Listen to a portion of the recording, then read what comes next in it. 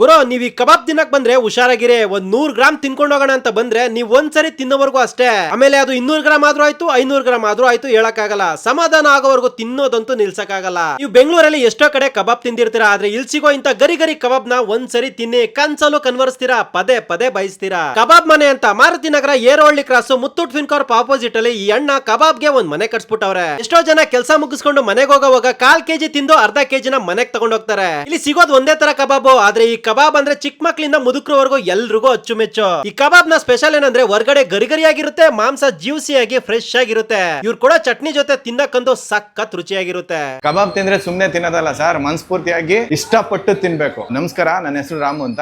ನಾವು ಕಬಾಬ್ ಅಂಗಡಿ ಓಪನ್ ಮಾಡಿ 10.5 ವರ್ಷ ಆಗಿದೆ. ಒಂದ್ ದಿವಸಕ್ಕೆ 50 kg ಇಂದ ಇದ್ದು 70 kg 80 kg ವರ್ಗು ಸೇಲ್ ಮಾಡ್ತೀವಿ. ಈ ರೋಡ್ಗೆನೆ ಫೇಮಸ್, ಯಾಕಂದ್ರೆ ನಾವು ಮನೆಯಲ್ಲಿ ಕುಟ್ಟಿ ಪುಡಿ ಮಾಡಿರುವಂತ ಐಟಮ್ಸ್ ಇಂದಲೇ, ಆ ಪೌಡರ್ ಇಂದಲೇ ನಾವು ಕಬಾಬ್ ನ ಮಾಡೋದು. ತುಂಬಾ ಟೇಸ್ಟಿ ಆಗಿರುತ್ತೆ. ಅಂಡ್ ಜೊತೆನಲ್ಲಿ ಟೇಸ್ಟಿಂಗ್ ಪೌಡರ್ ಆಗಿರ್ಬೋದು, ಕಲರ್ ಆಗಿರ್ಬೋದು, ಯಾವುದೇ ಕೆಮಿಕಲ್ ರಾಸಾಯನಿಕ ವಸ್ತುಗಳನ್ನ ಬಳಸಲ್ಲ. ಸ್ವಲ್ಪ ಹೆಲ್ತ್ ಕಾನ್ಶಿಯಸ್ ಬಗ್ಗೆ ಯೋಚನೆ ಮಾಡ್ತೀವಿ. ನಮ್ ಕಬಾಬ್ ತಿಂದ್ರೆ ಥ್ರೂಟ್ ಇನ್ಫೆಕ್ಷನ್ ಆಗೋದು, ಫುಡ್ ಇನ್ಫೆಕ್ಷನ್ ಆಗೋದು, ಊಟ ಸೇರದಲ್ಲೇ ಇರೋದು, ಆತರ ಎಲ್ಲ ಏನೂ ಆಗಲ್ಲ. ಯಾಕಂದ್ರೆ ಪ್ಯೂರಿಟಿ ಹೆಂಗಿರುತ್ತೆ, ನಾವು ಬಳಸುವಂತದ್ದು ಎಣ್ಣೆ ಪ್ರತಿದಿನ ಚೇಂಜ್ ಮಾಡ್ತಾ ಇರ್ತೀವಿ. ಸನ್ ಪ್ಯೂರ್ ಎಣ್ಣೆನೇ ಹಾಕೋದು ನಾವು ಯಾವಾಗ್ಲೂ. ಹಂಗಾಗಿ ಕ್ವಾಲಿಟಿ ಆಗಿರ್ಬೋದು, ಕ್ವಾಂಟಿಟಿ ಆಗಿರ್ಬೋದು ಜನ ಇಷ್ಟಪಟ್ಟು ತಿಂತಾರೆ. ತುಂಬಾ ಜನ ಮಕ್ಕಳದೇ ಫ್ಯಾನ್ ಬೇಸ್ ಇದೆ. ಕೆಜಿ 480 ರೂಪಾಯಿ, 100 ಗ್ರಾಮ್ 50 ರೂಪಾಯಿ. ಮಾಗಡಿ ರೋಡ್ ಸುತ್ತಮುತ್ತ ಬಂದ್ರೆ ಸುಮ್ನೆ ನೋಡಕ್ಕೆ ಅಂತ ವಿಸಿಟ್ ಮಾಡಿ, ಅದೆಷ್ಟು ತಿಂತೀರಾ ಅಂತ ಆಮೇಲೆ ನಿಮ್ಗೆ ಗೊತ್ತಾಗುತ್ತೆ.